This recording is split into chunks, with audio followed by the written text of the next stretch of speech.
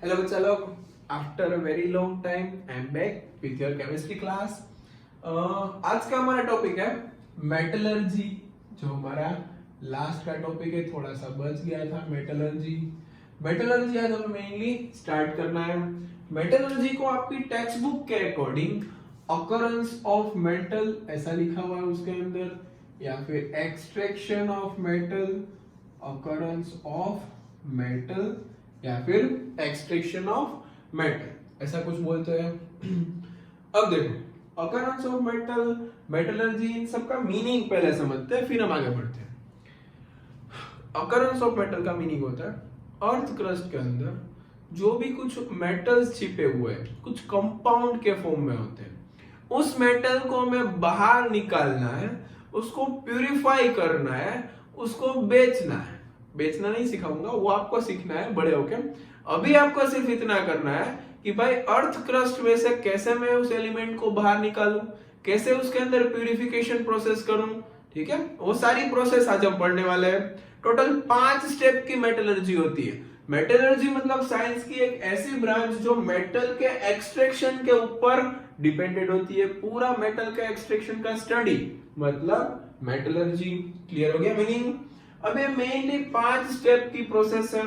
देखो, इसकी थोड़ी बेसिक टर्मिनोलॉजी समझ लेते हैं। बेसिक टर्मिनोलॉजी मतलब मेटलर्जी में जो आपको मेटल मिलता है वो आपको ओर में से मिलता है।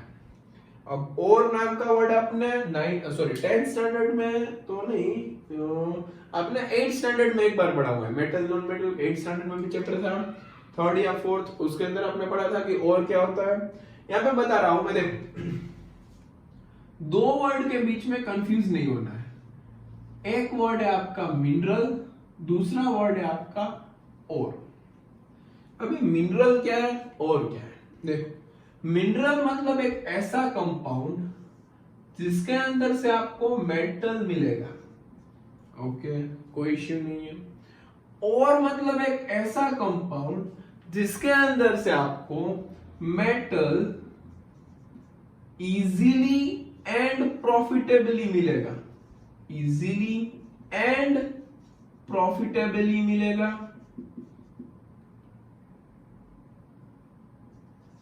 चलो, ये हो गया। अब देखो, मिनरल मतलब एक ऐसा कंपाउंड जिसके अंदर से मेटल मिलता है।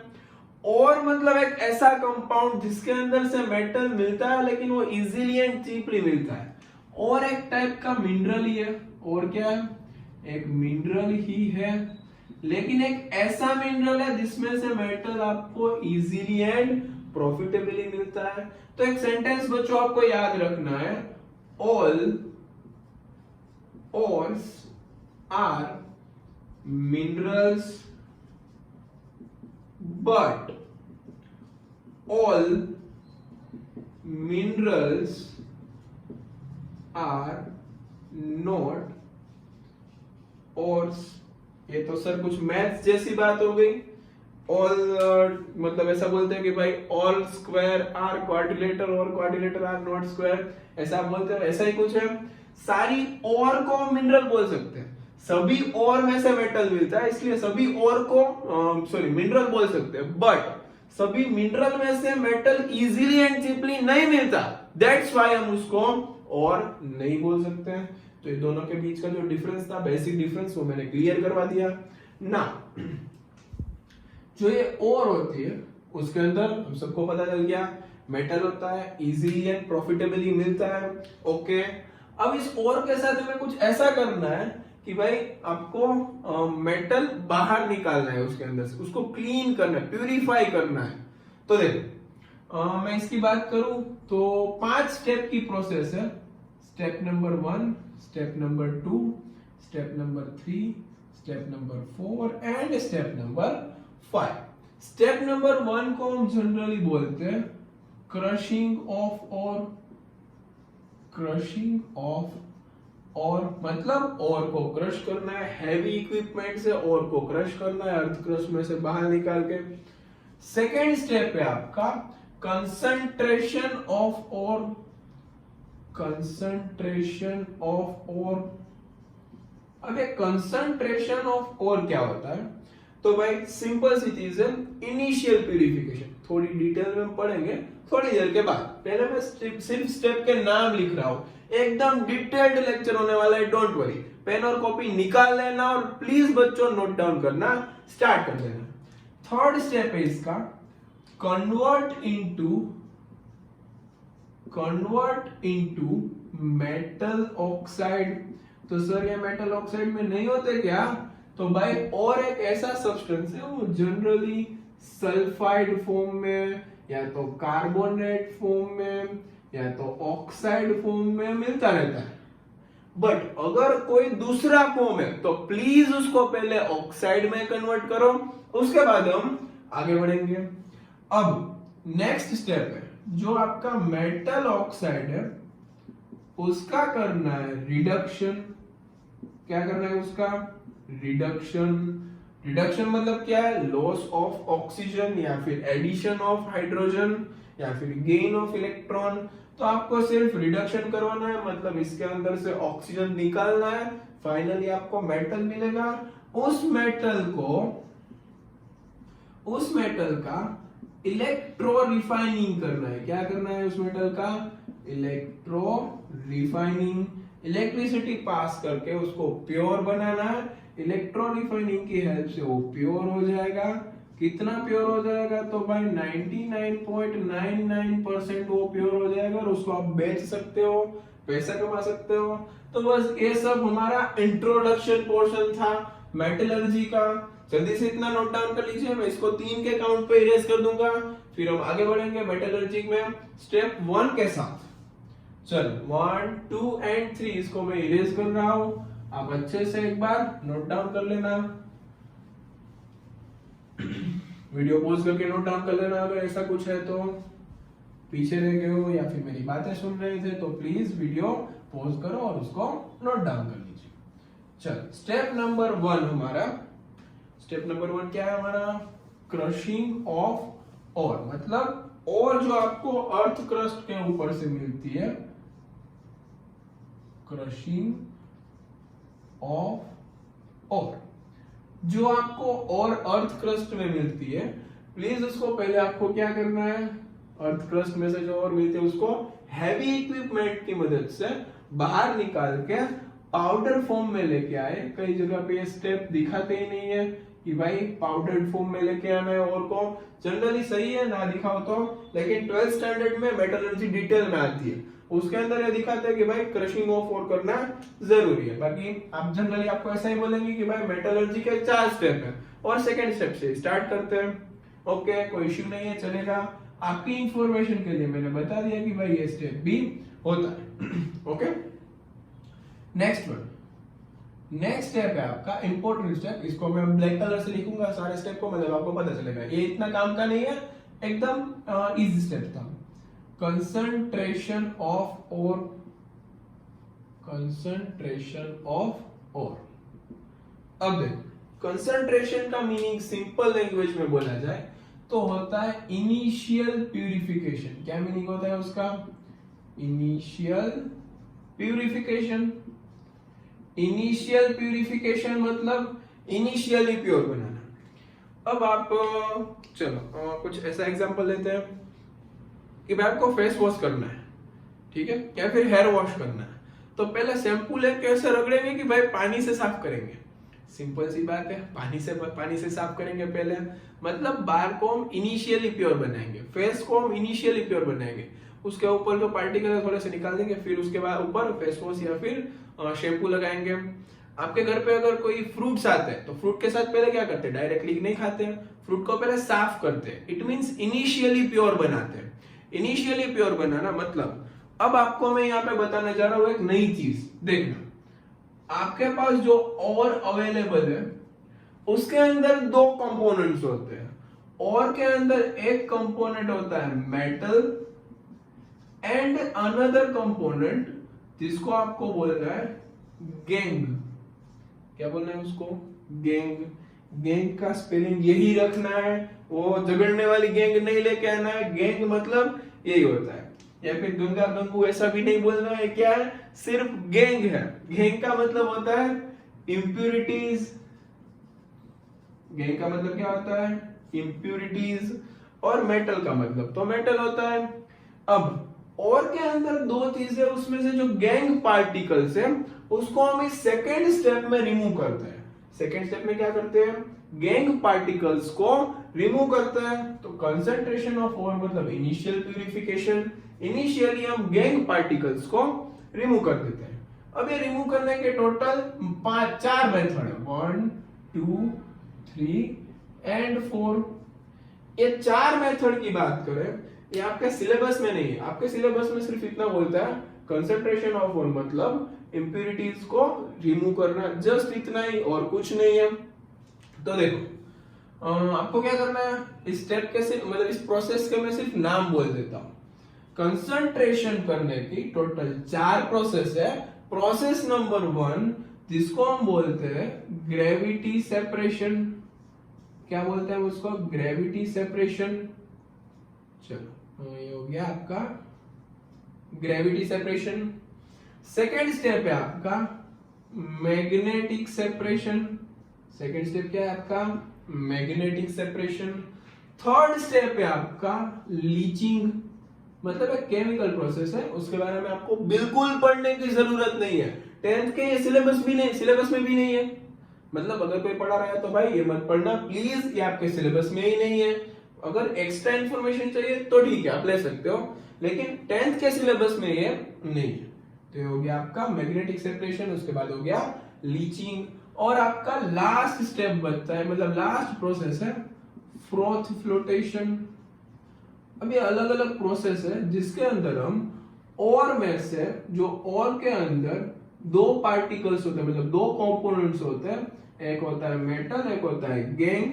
तो इसमें से हम जो गैंग पार्टिकल्स होते हैं उसको हम क्या करते हैं, इस स्टेप में रिमूव करते हैं और मेटल के कंपोनेंट को, मेटल के कंपाउंड को आगे बढ़ाते हैं। तो ये 2 स्टेप को जल्दी से नोट डाउन कर लो, फिर थोड़ा सा बड़ा स्टेप आ रहा है इसलिए पहले मैं इसको नोट डाउन करने दे रहा हूँ, फिर मैं इसको इरेज कर दूंगा, फिर हम आगे बढ़ेंगे। जल्दी से इन 2 स्टेप को नोट डाउन कर लीजिए, फिर हम आगे बढ़ते हैं। चलो बच्चों नोट डाउन हो गया। थर्ड स्टेप का हेडिंग कर दीजिए जल्दी से। कंसंट्रेशन ऑफ ओर हो गया, क्रशिंग ऑफ ओर हो गया। उसके बाद step number 3 convert into metal oxide. मेरे साथ अच्छे से नोट डाउन करना, थोड़ा सा टफ स्टेप है। देखो हेडिंग डालना है आपको, स्टेप नंबर 3 कन्वर्ट इनटू जो भी बोल दो मेटल ऑक्साइड, मतलब मुझे मेटल ऑक्साइड में कुछ भी करके कन्वर्ट करना है। अब थोड़ी सी बात कर लेते हैं इसके बारे में। देखो अगर कुछ आपके पास एक मेटल की रिएक्टिविटी सीरीज दिमाग में है, potassium, sodium, calcium, magnesium, aluminium, वो सब पता है आपको। वो रिएक्टिविटी सीरीज में आप देखो तो नीचे कुछ एलिमेंट ऐसे हैं जिसकी रिएक्टिविटी एकदम कम है, ऊपर के कुछ एलिमेंट ऐसे हैं जिसकी रिएक्टिविटी ज्यादा है। अब इन दोनों की बात करूं तो जो नीचे के एलिमेंट होते हैं वो अर्थ क्रस्ट में किसी के साथ, एटमॉस्फेयर में किसी के साथ रिएक्शन नहीं करते उतनी ज्यादा। इट मींस वो फ्री स्टेट में मिल सकते हैं। लाइक गोल्ड, आपने सुना होगा कि भाई गोल्ड ऐसे ही मिल जाता है, सिल्वर ऐसे ही मिल जाता है। इट मींस उसका रिफाइनिंग कम करना पड़ता है क्योंकि वो लेस रिएक्टिव है, वो किसी के साथ इतने ज्वाइन ही नहीं होते, कंबाइन ही नहीं होते। क्लियर। पोटेशियम की बात करूं तो उसको खुद को संभाल के रखना पड़ता है, दिमाग हिला हुआ होता है उसका। पोटेशियम सोडियम क्या करता है, किसी दूसरे के साथ फटाक से रिएक्शन कर लेते हैं, मतलब उसके कंपाउंड मतलब बहुत ही ज्यादा कंपाउंड्स मिलते हैं उसके। पोटेशियम सोडियम नेचर में एग्जिस्ट एज अ एलिमेंटल के फॉर्म, ऐसे ही फ्री स्टेट में एग्जिस्ट नहीं करते, वो किसी के साथ कंबाइन कर लेते हैं। एग्जिस्ट करते हैं लेकिन आपको उसको स्टोर करके रखना पड़ता है केरोसिन के अंदर, वो आप सबको पता है। और नीचे के एलिमेंट होते हैं वो मतलब लो रिएक्टिव होते हैं, बीच के होते हैं उसको मॉडरेटली रिएक्टिव बोलते हैं। तो मैं इस सीरीज में 3 पार्ट में डिवाइड करूंगा। पहले रिएक्टिविटी सीरीज लिख लेते हैं, प्यारे, सोडी, कार, मांगे आपने पढ़ा हुआ है, Alto, Zen, Ferrari, learn how, copper and mercury save gold and platinum. You all know that. Nice. देखो आगे इनको हम पहले ऐसे डिवाइड करते हैं 1 2 3 4 5। पहले 5 जिसको हम टॉप ऑफ द रिएक्टिविटी में रखेंगे, हाई रिएक्टिव एलिमेंट के फॉर्म में रखेंगे। यहां से नीचे देखा जाए तो इसको हम bottom of the reactivity series में रखेंगे, लो रिएक्टिव के फॉर्म में रखेंगे। हाइड्रोजन तो मेटल नहीं है लेकिन सीरीज में आता है तो बीच में तो लेना पड़ेगा, लेकिन मेटल नहीं है इसलिए अभी उसको निकाल देते हैं। प्लेटिनम का भी कुछ इतना खास काम नहीं है, वो भी ऐसे ही मिल जाता है, मतलब उसको भी निकाल दो तो भी चलेगा, इसके अंदर इंक्लूड ना करना। ये तीन को हम बोलेंगे टॉप, ये बॉटम, इसको बोलेंगे middle of the reactivity series. अब इन तीनों को हम मेटल ऑक्साइड में कन्वर्ट करने का सीखेंगे।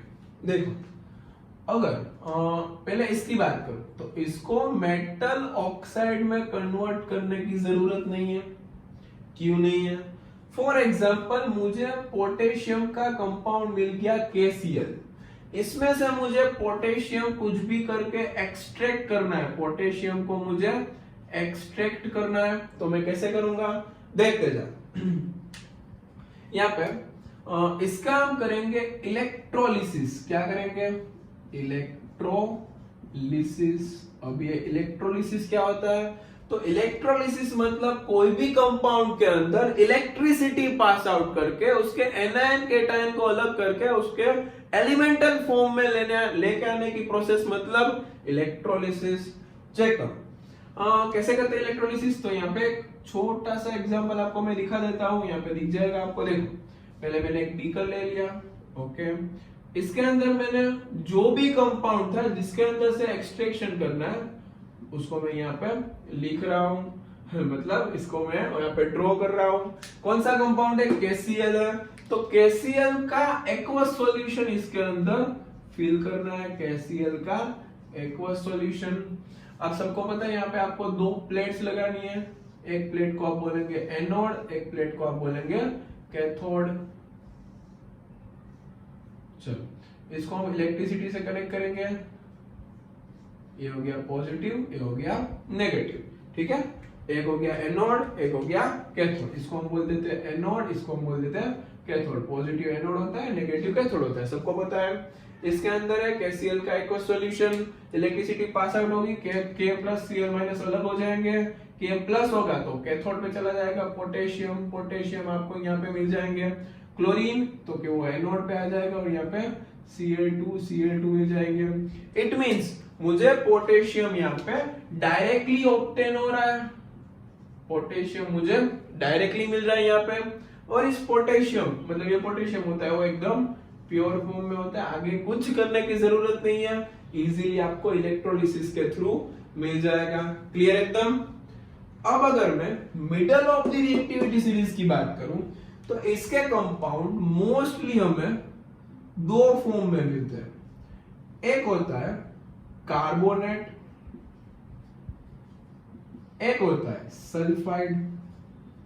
मतलब ये जो middle of the reactivity series है, इस कॉपर को भी इंक्लूड कर लेना, मैंने यहाँ पे नहीं किया, अभी चला के लगे गया, मुझे बोला कि सर मुझे इंक्लूड क्यों नहीं किया, इसको भी इंक्लूड कर लेना, वो भी मिडल में आता है। अब मतलब मुझे यहाँ पे जिंक का कार्बोनेट या फिर जिंक का सल्फाइड ऐसे ज्यादा अमाउंट में मिलते हैं। ऑक्साइड डायरेक्टली मिलते हैं तो कोई इश्यू नहीं है, यहाँ पे कुछ ऑक्साइड में करने की जरूरत ही नहीं थी, डायरेक्टली मुझे यहाँ पे पोटेशियम मिल गया, ऑब्टेन हो गया, मतलब मेरा काम खत्म हो गया, मुझे कुछ करने की जरूरत नहीं है उसके अंदर। अब यहाँ पे देखो जो कार्बोनेट है, कार्बोनेट मतलब क्या होता है CO3-2, और सल्फाइड मतलब क्या होता है S-2, इसको बोलेंगे CO3-2, ओके। जिंक का कार्बोनेट तो ZnCO3, आयरन का कार्बोनेट तो FeCO3 भी हो सकता है और Fe2CO3 थ्राइस भी हो सकता है, फेरस फेरिक दोनों अवेलेबल होते हैं। लीड का कार्बोनेट, लीड का सल्फाइड, कॉपर का कार्बोनेट या फिर कॉपर का सल्फाइड, इन चारों में से कोई भी हमें मिल सकता है। अगर आपको कार्बोनेट मिल रहा है देन आपको उसकी एक प्रोसेस करनी है, जिस प्रोसेस का नाम है कैल्सिनेशन। क्या नाम है? कैल्सिनेशन। प्रोसेस के बारे में समझाता हूं, डोंट वरी।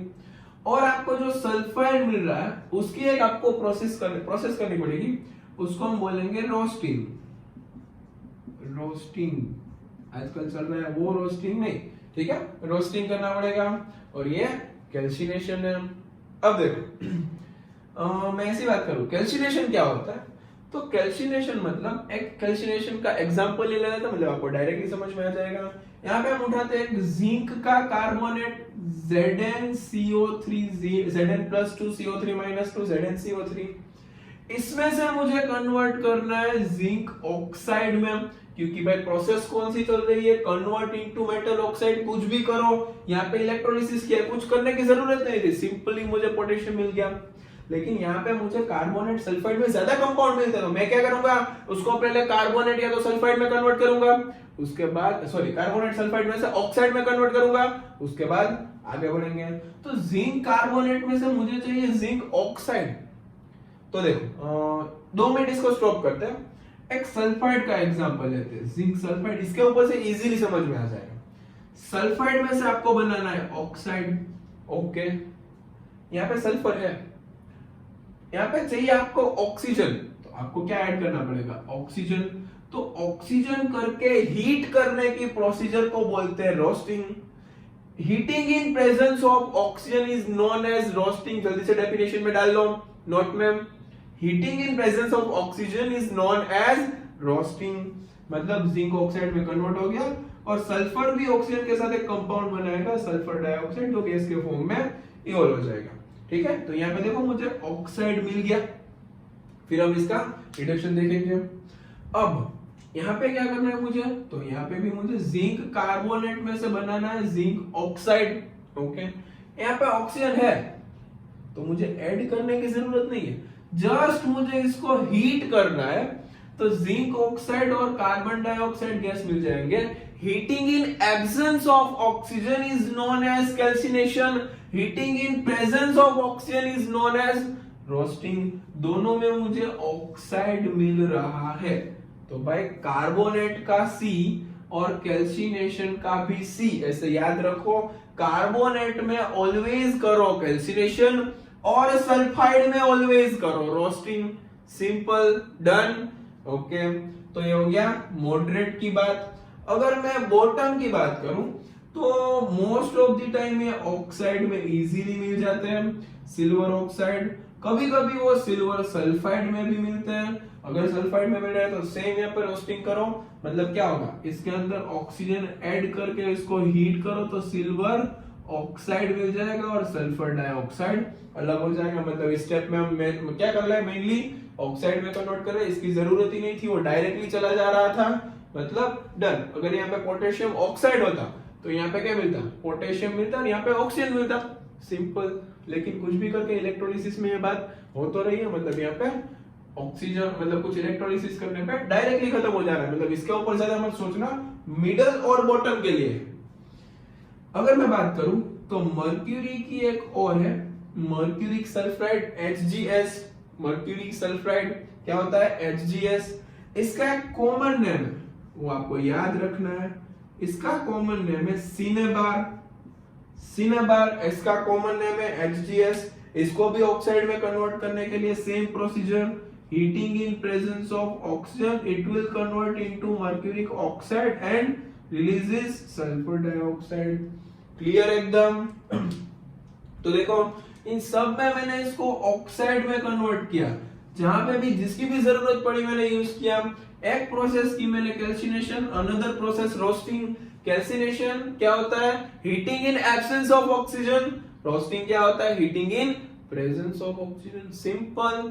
क्लियर, तो इतना नोट डाउन करो, यहाँ पे हमारा थर्ड स्टेप खत्म होता है। फाइनली हम हमारी और जिसमें भी दी उसमें से हम ऑक्साइड में लेके आए, अब आगे करेंगे उसका रिडक्शन, फिर करेंगे प्यूरिफिकेशन। क्लियर, इतना नोट डाउन कर लीजिए जल्दी से, या फिर स्क्रीनशॉट ले लीजिए, वीडियो पॉज करिए। चलो बच्चों आगे का हो गया। अब हमारा फोर्थ स्टेप है रिडक्शन ऑफ मेटल ऑक्साइड। इसके अंदर अगेन आपको एक रिएक्टिविटी सीरीज याद रखनी है, प्यारे, सोडी, कार, मांगे, Alto, Jain, Ferrari, learn, how, copper and mercury, save, gold and platinum. लेकिन मैं प्लेटिनम को निगलेक्ट कर रहा हूँ और हाइड्रोजन को भी निगलेक्ट कर रहा हूँ, इसमें कुछ काम के नहीं है। प्लेटिनम ऐसे इजीली फ्री स्टेट में मिलता है। अब मेटल ऑक्साइड का रिडक्शन करना है। अब इसमें बच्चे कंफ्यूज होते हैं, इसलिए मैंने डिजिट याद करवाया। डिजिट है कुछ ऐसा 5133। अब ये क्या बात हुई, 5133 मतलब इसको पहले 5 पार्ट में डिवाइड करो, उसके बाद एक पार्ट में डिवाइड करो, उसके बाद 3 पार्ट में डिवाइड करो, अगेन उसको 3 पार्ट में डिवाइड करो, 5133 इजी हो जाएगा। ठीक है, चलो अब इसका तो रिडक्शन करने की जरूरत नहीं है, वो तो इलेक्ट्रोलिसिस के थ्रू प्योर हो जाते थे, मतलब अगेन इसकी कुछ बात नहीं करनी है, वो स्ट्रॉन्ग कंपाउंड है, उसको इलेक्ट्रोलिसिस ही करना पड़ेगा। ठीक है, नॉर्मल मेथड से वो नहीं टूटते हैं। अगर मैं जिंक की बात करूं तो जिंक का ऑक्साइड मिलेगा, उसके बाद यहाँ पे कुछ आयरन का ऑक्साइड मिलेगा, FeO या फिर Fe2O3, PbO ऐसे कुछ मिलेगा, Cu2O या फिर CuO मिलेगा, यहाँ पे HgO मिलेगा, यहाँ पे Ag2O मिलेगा, ऐसा कुछ आपको मिलेगा ऑक्साइड। देखो हम कर क्या रहे हैं दिमाग में रखना, मैंने अर्थ क्रस्ट में से और निकाली, उसको एकदम तोड़ दिया, मार मार के क्रशिंग कर दिया, उसको ऊपर ऊपर से साफ कर दिया, मतलब इनिशियली प्योर बना दिया। अब आगे की बात करूं तो भाई थर्ड स्टेप हमने किया, उसको ऑक्साइड में कन्वर्ट कर दिया। अब क्या करेंगे, उसका रिडक्शन करेंगे, मतलब उसके अंदर से ऑक्सीजन निकाल देंगे हम, मतलब रिडक्शन हो जाएगा, फिर मेटल को प्योर बना देंगे, फिर बेच देंगे। सिंपल, अगेन रिपीट कर रहा हूं, अर्थ क्रस्ट में से मैं एक और निकाली, उसका जो फॉर्म था उसको मैंने क्रश किया, फिर मैंने उसका क्या किया, इनिशियली प्यूरिफिकेशन कर दिया, मतलब ऊपर ऊपर से साफ कर दिया। ओके, उसके बाद मैंने देखा कि भाई इनिशियल प्यूरिफिकेशन हो गया, अब करना है मुझे उसको ऑक्साइड में कन्वर्ट, सल्फाइड है या फिर कार्बोनेट है, कुछ भी है, जिसमें भी है उसमें से उसको ऑक्साइड में कन्वर्ट करो। फाइनली हमारे पास ऑक्साइड अवेलेबल है। फोर्थ स्टेप में करेंगे हम उसका रिडक्शन। अब रिडक्शन मतलब क्या होता है, रिडक्शन मतलब रिमूवल ऑफ ऑक्सीजन, उतना हम अभी याद रखेंगे। अब अगर मैं जिंक ऑक्साइड की स्पेसिफिकली बात करूं, ठीक है, तो वो सिर्फ एक ही रिड्यूसिंग एजेंट से रिड्यूस होता है। कौन सा है वो, सिर्फ कार्बन से ही रिड्यूस होता है। ठीक है, देखो उसके अंदर कार्बन ऐड करना है तो क्या होगा, जिंक अलग हो जाएगा और कार्बन मोनोऑक्साइड अलग हो जाएगा, कार्बन के साथ ऑक्सीजन। यहाँ पे आप देख सकते हो जिंक ऑक्साइड में से क्या बन गया, जिंक बन गया, तो इसमें ऑक्सीजन का लॉस हो गया। इट मींस यहाँ पे हो गया ऑक्सीडेशन। चैप्टर नंबर 1 को याद करो, यहाँ पे कार्बन था, कार्बन में से बन गया कार्बन मोनोऑक्साइड, तो यहाँ पे ऑक्सीजन ऐड हो गया, इट मींस इसका हो गया reduction. Okay, chapter number 1 again, जिसका रिडक्शन होता है वो क्या होता है, खुद एक रिड्यूसिंग एजेंट, मतलब जिस यहाँ पे क्या हुआ, ऑक्सीडेशन हुआ, तो ऑक्सीडेशन कौन करवाता है, सॉरी यहाँ पे हो जाएगा, जिसका रिडक्शन हुआ वो क्या होता है, ऑक्सीडाइजिंग एजेंट, और जिसका ऑक्सीडेशन होता है वो क्या होता है, रिड्यूसिंग एजेंट, लेकिन उसका तो हमें कुछ काम नहीं है। इट मींस कार्बन यहाँ पे एक ऑक्सीडाइजिंग एजेंट का रोल प्ले कर रहा है, उसने जिंक ऑक्साइड को जिंक में कन्वर्ट करने के लिए हेल्प किया है, वो एक ऑक्सीडाइजिंग एजेंट है। और जिंक ऑक्साइड सिर्फ कार्बन से ही ऑक्सीडाइज होता है, मतलब सॉरी कार्बन से ही रिड्यूस होता है, और यहाँ पे आपको फाइनली जिंक मिल गया। अब उनको हम नेक्स्ट स्टेप में प्योर बनाएंगे।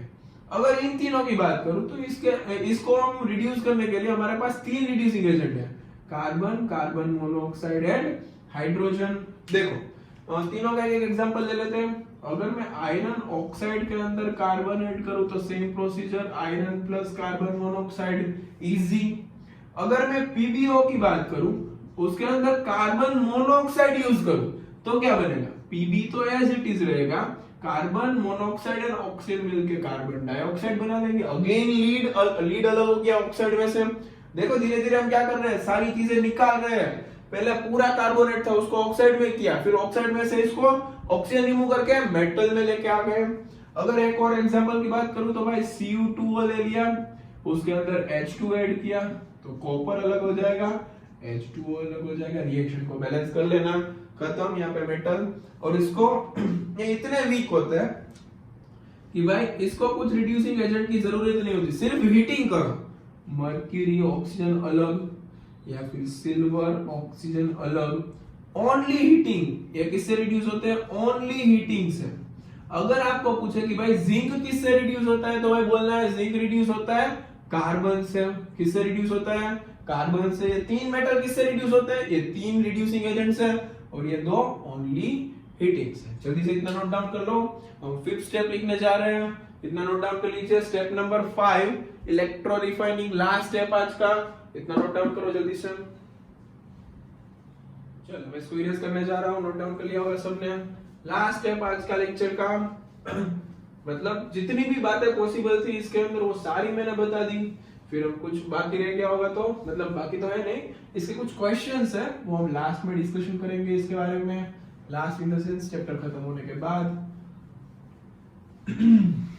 थोड़ा सा स्पीड में लग रहा है तो प्लीज बच्चों 0.75 की स्पीड से देख लेना। ये डस्टर गिरी जाता है हर बार, गिरा हुआ डस्टर है।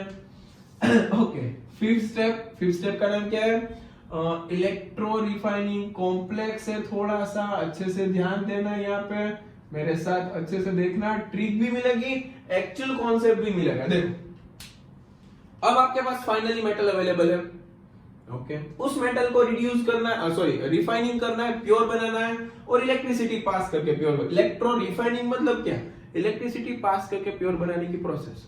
इलेक्ट्रोलिसिस मतलब इलेक्ट्रिसिटी पास करके उसको तोड़ने की प्रोसेस। इलेक्ट्रोप्लेटिंग मतलब इलेक्ट्रिसिटी पास करके उसके ऊपर एक लो रिएक्टिव मेटल चढ़ाने की प्रोसेस। ये तीनों चीजें याद रखनी है आपको। हम पढ़ने जा रहे हैं इलेक्ट्रो रिफाइनिंग, ठीक है। अब मैंने यहाँ पे ले लिया कॉपर का एग्जांपल, मैं कॉपर को ऑक्साइड में से कन्वर्ट किया, रिड्यूस किया, फिर मैं यहाँ पे यूज कर रहा हूं, ठीक है। ओके देखो, एक मुझे लेना है कंटेनर। एज यूजुअल इलेक्ट्रिसिटी की बात आए तो सर आप फटाफट कंटेनर उठा लेते हो। इसके अंदर आपको रखने हैं 2 रोड, एक को नाम देना है एनोड, एक को नाम देना है कैथोड। ये हो गई 2 प्लेट्स आपकी। चलो एक हो गया आपका एनोड, दूसरा हो गया आपका कैथोड। इसको इलेक्ट्रिसिटी से कनेक्ट कर दो, मतलब इसको जल्दी से इलेक्ट्रिसिटी प्रोवाइड करता है, पॉजिटिव नेगेटिव, क्लियर। अब इसके अंदर एक सॉल्यूशन फिल करते हैं। ये सॉल्यूशन किसका होता है? तो भाई ऑलवेज याद रखो, आप जिस मेटल को प्योर बना रहे हैं उसका कोई भी सॉल्ट, अगर मैं कॉपर को प्योर बना रहा हूं तो इसको मैं यूज करूंगा यहाँ पे एक कॉपर सल्फेट, CuSO4 एक कॉपर का सॉल्ट है। अब इस कॉपर सल्फेट के बारे में बात करूं तो इसको बोलते हैं इलेक्ट्रोलाइट। अब इलेक्ट्रोलाइट क्या होता है? आपने कंडक्टर सुना हुआ है, सॉलिड सब्सटेंस में से इलेक्ट्रिसिटी पास होती है उसको क्या बोलते हैं? कंडक्टर। तो लिक्विड में से इलेक्ट्रिसिटी पास हो सके ऐसा कुछ सब्सटेंस मतलब इलेक्ट्रोलाइट। तो यहाँ पे आपका कॉपर सल्फेट क्या है? एक इलेक्ट्रोलाइट है, मतलब इसके अंदर से हम इलेक्ट्रिसिटी पास करेंगे। ये क्या है आपका? तो ये है आपका एनोड, ये क्या है आपका? कैथोड। अब एनोड पे क्या रखना है, कैथोड पे क्या रखना है? देखो आपके पास जो इम्प्योर कॉपर है जिसको आप प्योर बनाना चाहते हो, इम्प्योर कॉपर जो आया आपके पास स्टेप नंबर 4 में से, इसके पहले के स्टेप में से जो कॉपर आपको मिला होगा उसको आप लगा दो एनोड के ऊपर। अगर मैं कैथोड की बात करूं तो कैथोड के ऊपर आपको लगाना है प्योर कॉपर। क्या लगाना है कैथोड के ऊपर? Pure copper. अब प्योर कॉपर क्या होता है, कैसे मिलता है प्योर कॉपर? बच्चों को क्वेश्चन होगा कि भाई पहली बार किसी ने प्रोसेस की तो ये प्योर कॉपर तो था नहीं, कहां से आया होगा? तो भाई आप 10th स्टैंडर्ड में सिर्फ एक मेथड के साथ डील कर रहे हो, वैसे बहुत सारी मेथड है। किसी दूसरी मेथड से मैं कॉपर को प्यूरिफाई कर दूं फ्रीज मेथड के लिए, मैं उसको यूज कर सकता हूं, इजी सिंपल। ओके देखो क्या होगा अच्छे से, पहले आपको कुछ टर्मिनोलॉजीज याद रखनी है। एक आपको याद रखना है ऑयल रिग, जो कि मैंने पहले आपको बता दिया ऑयल रिग के बारे में। ऑयल मतलब जो मेरे बच्चे मेरे पास पढ़ते हैं वो इजीली समझ सकते हैं ऑयल रिग क्या है। ऑयल रिग मतलब oxidation is loss of electrons, okay. Rig मतलब reduction is gain of electrons, मतलब इलेक्ट्रॉन के गेनिंग को हम क्या बोलते हैं? रिडक्शन। और इलेक्ट्रॉन के लॉस को हम क्या बोलते हैं? ऑक्सीडेशन। अब देखो ऑक्सीडेशन ऑलवेज एनोड पे होता है। कहां पे होता है ऑक्सीडेशन? ऑलवेज एनोड पे होता है। और रिडक्शन ऑलवेज कैथोड पे होता है। ये बात नोट डाउन करो, 2-3 बार वीडियो देखना पड़ेगा, इतना इजी नहीं है मेटलर्जी, पैसे कमाना इतना इजी नहीं है। ऑयल रिग मतलब oxidation is loss of electron और ऑक्सीडेशन ऑलवेज एनोड पे होता है और रिडक्शन ऑलवेज कैथोड पे होता है, सिंपल। अब देखो इसके ऊपर क्या है, तो कि सर कॉपर है, ओके, यहाँ पे कॉपर है, यहाँ पे प्योर कॉपर है, ठीक है। अब देखो यहाँ पे हम लगा देते हैं कुछ रेड कलर की साइन, और रेड कलर की साइन मतलब समझ जाना कि यहाँ पे प्योर कॉपर का लेयर है पूरा, इसके ऊपर प्योर कॉपर इसके ऊपर लगा हुआ है, इतना समझ लेना। अब देखो इम्प्योर कॉपर मतलब क्या, तो कि दो चीज, एक होती है इम्प्यूरिटीज प्लस एक होता है कॉपर, दो चीज है इसके अंदर, कॉपर भी है इम्प्यूरिटीज भी है। अब देखो ये एनोड, एनोड के ऊपर होता है ऑक्सीडेशन, तो मैं यहाँ पे एनोड की रिएक्शन लिखने जा रहा हूं, एनोड की रिएक्शन। देखो हमारे पास पहले कॉपर, ओके, कॉपर में से वो बन जाएगा Cu+2 और 2 इलेक्ट्रॉन का लॉस हो जाएगा इलेक्ट्रिसिटी पास होने की वजह से, उसके ऊपर ऑक्सीडेशन होने की वजह से इसके अंदर से 2 इलेक्ट्रॉन का लॉस हो गया। यहाँ पे आप क्लियरली देख सकते हो Cu में से Cu+2, इसके ऊपर 0 चार्ज था, वहां पे जाके +2 हो गया, +2 का मीनिंग क्या है, उसके अंदर से 2 इलेक्ट्रॉन का लॉस हो गया, मतलब यहाँ पे हो गया ऑक्सीडेशन, क्लियर एकदम। अब हमारे पास दो कंपोनेंट में कॉपर अलग हो गया, जिसमें से जो Cu+2 थे वो आ गए सॉल्यूशन में, Cu+2 आ गए सॉल्यूशन में, यहाँ पे Cu+2 आ गए सॉल्यूशन में। अब बचे इलेक्ट्रॉन्स, तो इलेक्ट्रॉन्स इस सर्किट के थ्रू इलेक्ट्रॉन्स यहाँ पे चले गए, इस प्लेट के ऊपर इलेक्ट्रॉन्स है, अभी प्लेट के ऊपर चिपके हुए इलेक्ट्रॉन्स है, अभी ध्यान देना अच्छे से, इजी है एकदम। देखो अब क्या होगा, कैथोड में तो प्योर कॉपर है, उसके साथ कुछ नहीं होगा, उसका कुछ मतलब कैथोड के ऊपर रिडक्शन होता है। अब मैं यहाँ पे रिएक्शन लिखने जा रहा हूं कैथोड की, कैथोड के ऊपर रिडक्शन होता है, मतलब गेन होते हैं इलेक्ट्रॉन के। अब ये कॉपर तो ऐसे ही पड़ा हुआ है, वो गेन नहीं करेगा, कॉपर के ऊपर माइनस चार्ज नहीं आएगा, जो प्योर कॉपर है वो एज इट इज रहेगा उधर। अब जो इलेक्ट्रॉन्स आए उसको मैं बोल देता हूं 2 इलेक्ट्रॉन्स, वो क्या करेगा, यहां से कॉपर Cu+2 के साथ अट्रैक्शन मतलब अट्रैक्ट हो जाएगा, मतलब ये जो Cu+2 सॉल्यूशन में पड़े थे वो 2 इलेक्ट्रॉन के साथ अट्रैक्ट हो जाएंगे, मतलब ये जो Cu+2 है वो इसके साथ चला गया, कुछ इधर देखो यहाँ पे चला गया Cu+2, क्लियरली दिख रहा है। अब दो इलेक्ट्रॉन और उसके साथ Cu+2 आ जाने से वो बन जाएगा फिर से कॉपर, देखो +2 था, उसके ऊपर 2 इलेक्ट्रॉन की डेफिशिएंसी है, 2 इलेक्ट्रॉन मिल गए, कॉपर बन गया। देखो यहाँ पे क्या हुआ, Cu+2 में से Cu हुआ, +2 में से 0 चार्ज आया, मतलब यहाँ पे 2 इलेक्ट्रॉन की कमी थी, ऑपोजिट साइड कमी नहीं है, इट मींस कैथोड के ऊपर हुआ है रिडक्शन और यहाँ पे 2 इलेक्ट्रॉन ऐड हुए, क्लियर एकदम। अब देखो कॉपर तो यहाँ पे चला गया, तो यहाँ पे क्या बचा, यहाँ पे बची सर सिर्फ इंप्यूरिटी, क्या बचा, सिर्फ इंप्यूरिटीज। अब ये इंप्यूरिटीज धीरे धीरे नीचे गिर जाएगी, अब नीचे गिर जाएगी उसको बोलेंगे, मतलब यहाँ से इंप्यूरिटी नीचे गिर जाएगी और इंप्यूरिटी को बोलेंगे हम एनोड मड। धीरे धीरे यहाँ से पूरा कॉपर निकल जाएगा, उसके ऊपर डिपॉजिट हो जाएगा, इट मींस इसका पूरा वेट कम हो जाएगा, इसका वेट धीरे धीरे डिक्रीज करेगा और इसका वेट धीरे धीरे इंक्रीज करेगा, एकदम सिंपल। अब इसको मैं ट्रिक के थ्रू समझाता हूं, देखो यहाँ पे बच्चे बोर हो गए होंगे, थोड़ा सा कॉम्प्लेक्स हो गया, 2-3 बार देखना पड़ेगा, लेकिन देखो यहाँ पे अगर मैं बात करूं कि भाई आपके पास अभी देखो 3 फ्रेंड है, 3 फ्रेंड्स, ये लास्ट स्टेप है सिर्फ मेटलर्जी का, फिर खत्म ही होने वाला है। देखो यहाँ पे 3 फ्रेंड्स है, 3 फ्रेंड में देखो तो भाई एक है Cu+2, एक है 2 इलेक्ट्रॉन और एक है इंप्यूरिटीज। अब ये 2 फ्रेंड को एकदम अच्छा, मतलब एक दूसरे के साथ बहुत ही अच्छा लगता है, एक दूसरे के साथ मिलते हैं, बात करते हैं, लेकिन ये तीसरे के साथ किसी को अच्छा नहीं लगता। तो क्या करेंगे, तो देखो ये दोनों प्लान बनाएंगे, यहाँ पे तीनों है, अभी Cu+2 भी है, 2 इलेक्ट्रॉन भी है और इंप्यूरिटीज भी है, तो ये दोनों प्लान बनाएंगे कि भाई इसको कहीं पे भेजना है, हमें इसके साथ नहीं रहना है। Cu+ बोलेगा कि भाई मैं आता हूँ नीचे स्विमिंग पूल में, इलेक्ट्रॉन बोलेगा मैं जाता हूँ ऊपर घूमने के लिए। यहाँ पे कौन बचेगा? इम्प्यूरिटीज, और हम दोनों बाजू के रोड के ऊपर मिल जाएंगे, मतलब इजी यहाँ पे बन गया कॉपर। 2-3 बार वीडियो देखनी पड़ेगी, इतना इजी कॉन्सेप्ट नहीं है, ठीक है। वीडियो देखते रहना, मिलते हैं बाद में, नेक्स्ट लेक्चर होगा कोरोजन के ऊपर, बाद में चैप्टर हमारा खत्म हो जाएगा। क्लियर? चलो बाय बाय।